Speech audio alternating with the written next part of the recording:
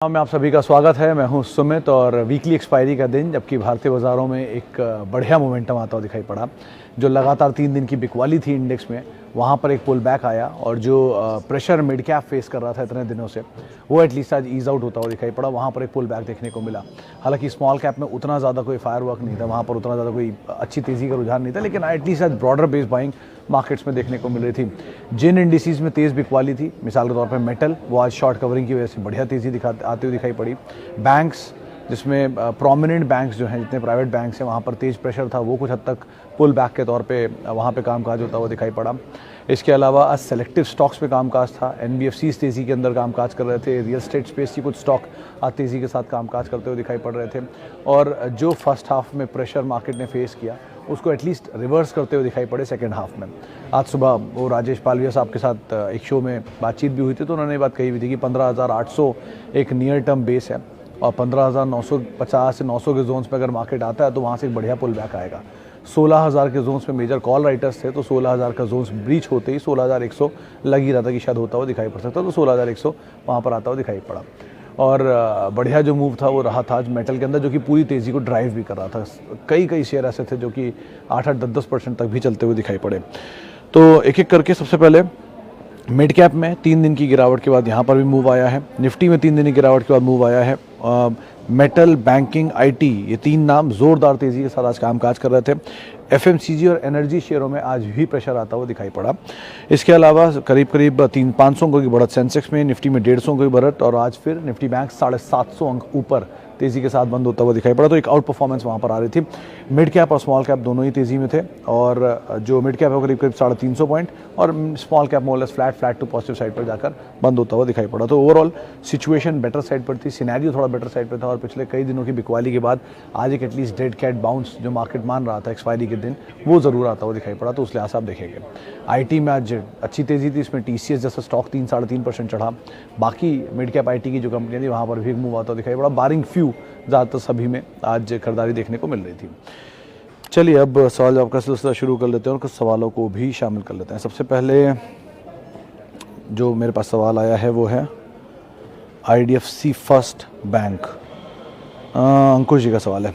अंकुश जी देखिए, बज़ बाज़ार में हमेशा रहा है कि IDFC फर्स्ट बैंक अगला HDFC बैंक बनेगा, ये हमेशा बज़ रहा है, ठीक है, लेकिन अब तक ऐसा हुआ नहीं है। 2-3 चीज़ें। पहले तो डिमर्ज्ड आर्म है IDFC लिमिटेड की, और एसेट क्वालिटी वाइज क्योंकि इनका मेजर एक्सपोजर टेलीकॉम साइड पर है, तो जहाँ पर कंसर्न रहा है तो इनके NPA में भी इश्यूज़ देखने को मिले हैं over a period of time. और एक बड़ा स्टेक ये सब्सटैंशियल वे में ओन करते हैं टेलीकॉम मेजर वोडाफोन जैसी कंपनीज़ के अंदर, तो वो और बड़ा कंसर्न के लिए रहा। तो इसीलिए इस पूरे स्पेस में प्रेशर देखने को मिला इंडिविजुअल IDFC फर्स्ट के अंदर। NPAs थोड़े इंप्रूव हुए हैं लास्ट 1-2 क्वार्टर में, लेकिन इक्विटी साइज़ इतना बड़ा है कि वो HDFC से के आसपास ही बैठता है, जबकि इतना चलने के बाद HDFC हुआ है। सो अब जो बज़ उठ रही है वो उठ रही है IDFC के अंदर रिवर्स मर्जर की, जहाँ से डीमर्ज हुआ था उसी में वापस रिवर्स मर्जर की, लेकिन बज़ है, अभी इस पर कोई क्लैरिटी आते हुए नहीं दिखाई पड़ी है। तो ऐसी चीज़ों के बीच में ट्रेड कर रहा है। डिविडेंड देती है कंपनी, 1-1.5 रुपये शेयर डिविडेंड देती है, और बेटर साइड पर यही है कि आपको तेज़ी मिले 50, 60, 56 ये रेंज, क्योंकि आपकी खरीदारी के बाद शायद आया भी होगा, उसको आप निकलने की कोशिश करें, ये यूज़ करें, ज़्यादा बेटर है। मोमेंटम बेस्ड स्टॉक है, बड़ी इक्विटी की वजह से बहुत बड़े मूव की उम्मीद आप एटलीस्ट से आना लगा है। ओके,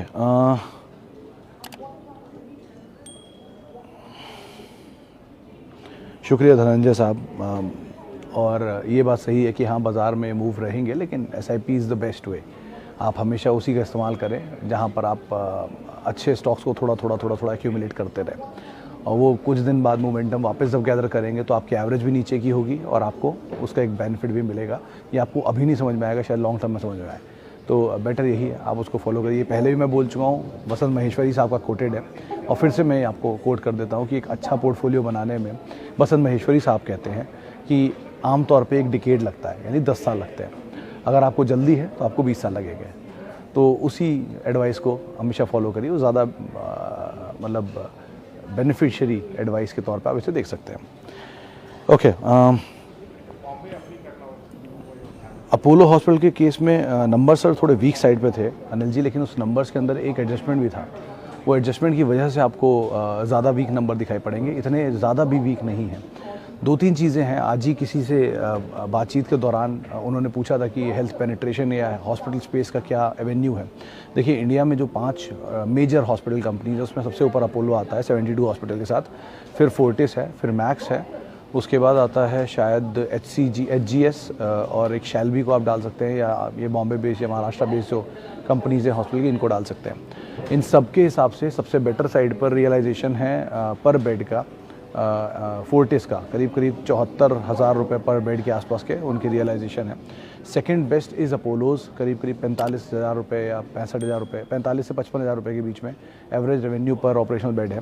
थर्ड नंबर पे मैक्स आता है। मैक्स के केस में इनके कुछ टियर 2 के हॉस्पिटल्स के रेवेन्यूज़ कमज़ोर है, जिसकी वजह से वो एवरेज नीचे ले आते हैं, लेकिन अदरवाइज़ इनको इंटरनेशनल पेशेंट सबसे ज़्यादा आते हैं। मैक्स हॉस्पिटल की मैं बात कर रहा हूँ, तो इस लिहाज से आप इन तीनों को देख सकते हैं। लेकिन क्योंकि इंडिया में जो हॉस्पिटल पेनिट्रेशन है वो बहुत कम है इन कंपैरिजन टू बाकी प्लेयर्स, और अभी भी जो major of concentration of hospitals है वो tier 1, tier 2, tier 3, tier 4 cities के अंदर ही है। तो टियर 7 ऑनवर्ड सिटीज़ जो हैं या रूरल एरियाज़ जो हैं उनके अंदर अभी भी हॉस्पिटल पेनिट्रेशन उस तरह से फैला नहीं है।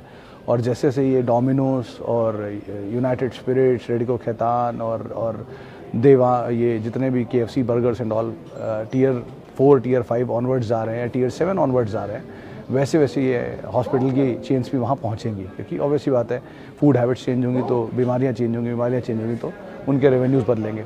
उस हिसाब से आप इसे देखिए। तो 1-2 दिन के लिए, 1-2 क्वार्टर के लिए अपोलो आपको थोड़ा और ज़रूर लगेगा, लेकिन अदरवाइज़ कंपनी में कोई प्रॉब्लम नहीं है। 72 हॉस्पिटल्स के साथ ऑपरेट करती है, देश की सबसे बड़ी हॉस्पिटल चेन है, तो इतनी आसानी से फॉल नहीं होगा उसका, और ग्रुप भी बहुत बड़ा है, रेड्डी ग्रुप, तो आप देख सकते हैं, ऐसी कोई दिक्कत नहीं है। SIP is the best way again. Okay, SIP, हाँ, इंद्रनील साहब का सवाल है कि NMD ये एशियन पेंट्स में क्या करें ग्रासिम के डिक्लेरेशन के बाद। देखिए, आप इसको समझिए इस तरह से कि एशियन पेंट्स की कैपेसिटी है 1.37 मिलियन किलोलीटर के आसपास, नहीं 1.71 मिलियन किलोलीटर के आसपास, और ग्रासिम ने बोला है कि वो अगले 3 साल में कैपेसिटी लेके जाएगी 1.37 मिलियन किलोलीटर के आसपास 3 साल में। यानी अभी हम 2023 में हैं, 2022 में है, 2025-26 तक आते थे कैपेसिटी इतनी हो जाएगी, और उसके लिए ग्रासिम केपेक्स करेगी 10,000 करोड़ रुपए के आसपास, जो इतना आसान नहीं है। 10,000 करोड़ रुपए का केपेक्स कर उस तरह की कैपेसिटी को लेके जाने में टाइम लगेगा, जो एशियन ने इतने सालों में बनाई है, तो वो कैपेसिटी इतनी आसानी से ग्रासिम मैच नहीं कर सकता, या एटलीस्ट उस तक नहीं पहुँचेगा। चलिए, अगर वो पहुंचता भी है 3 साल में मान लेते हैं, तो भी एशियन पेंट 3 साल तक कुछ ना कुछ तो कैपेसिटी बढ़ाएगा ही।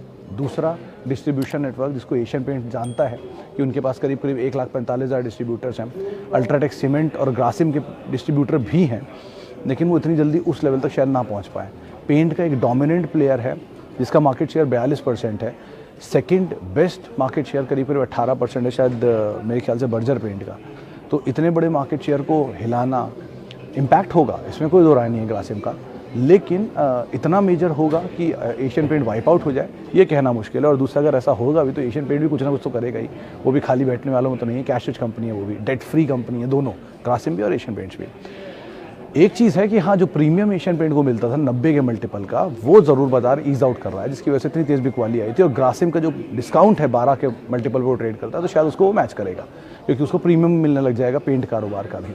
तो लेकिन ग्रासिम सो फार होल्डिंग कंपनी है, और सो फार उसमें ऐसा कुछ भी कारोबार बड़ा नहीं है। तो इन दोनों चीज़ों को ध्यान रखिए, और 3 साल का ग्रोथ स्टोरी है ये।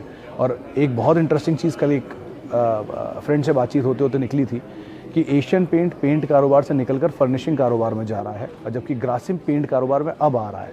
तो एशियन पेंट ने कुछ तो उसमें पाया ही होगा कि इस कारोबार से निकलो और उसमें चले जाओ, और अब ग्रासिम उसके अंदर आ रहा है। तो Asian has at least a vision उससे आगे का, तो उसको वो देखकर ही यहाँ पे कॉल ले रहे हैं। तो इसलिए SIP को मेरे ख्याल से बंद तो नहीं करना चाहिए, और SIP है, और आपको अगर लग रहा है कि रातों रात एशियन पेंट बदल जाएगा और ग्रासिम ही ग्रासिम हो जाएगा, तो बात अलग ही है। लेकिन सो फार तो ऐसी सिचुएशन नहीं दिख रही। 3 साल बाद की 3 साल बाद देखी जाएगी, जब 10,000 करोड़ रुपए का केपेक्स आ जाएगा, तब तक एशियन पेंट का दाम भी कुछ और हो सकता है।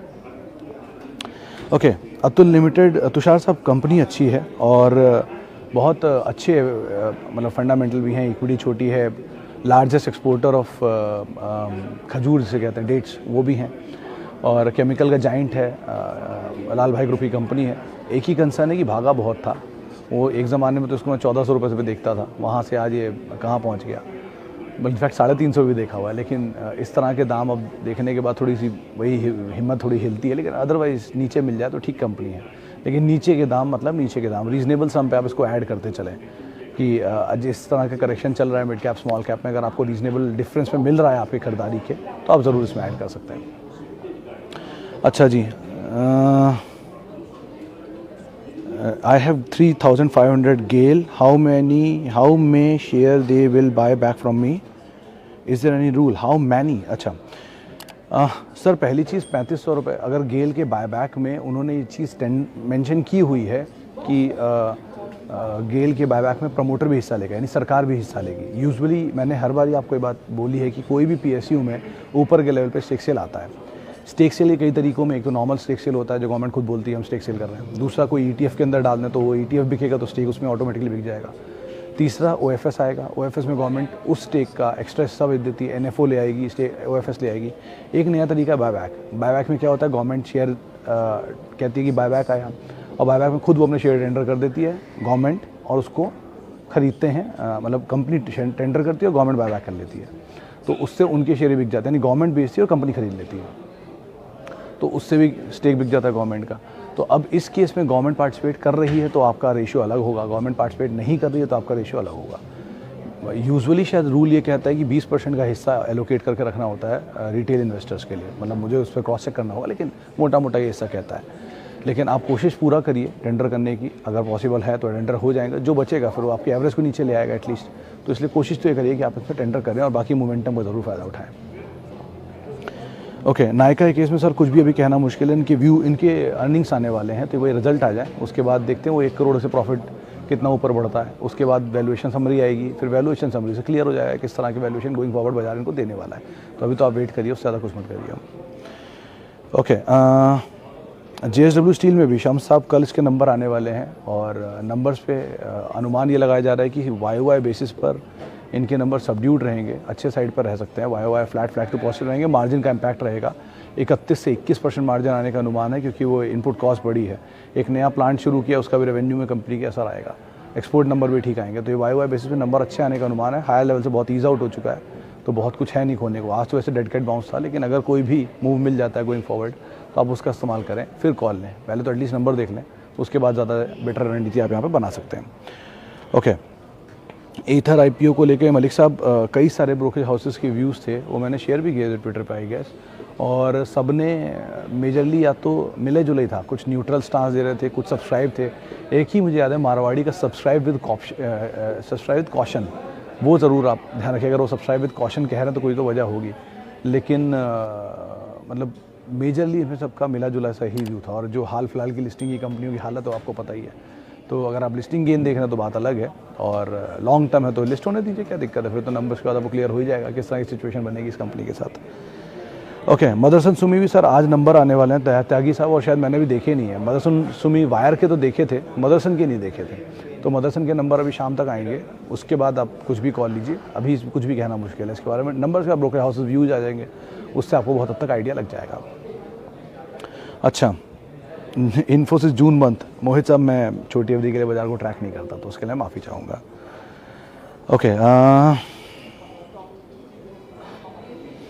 Birla soft and KPIT long term view, sir दोनों ही ठीक है, बहुत अच्छे तो नहीं कहूँगा, लेकिन ओके है। बिरला सॉफ्ट में तो बायबैक भी आया हुआ है, तो एक अच्छा टेंडर ट्रिगर है, वो दाम के आसपास आपको मिले बायबैक पर, कंपनी 550-550 रुपये बायबैक कर रही है, उसके नीचे अगर आपको मिलता रहे तो आप आराम से ऐड करिए, क्योंकि वो एक फेयर वैल्यू तो कंपनी ने निकाल दिया। लेकिन उसमें एक चीज़ का ध्यान रखिए कि बायबैक में प्रमोटर शेयर टेंडर कर रहा है कि नहीं, ये बहुत क्रूशियल, प्रमोटर जो होता है वो कंपनी के लिए बहुत ही क्रूशियल ट्रिगर होता है।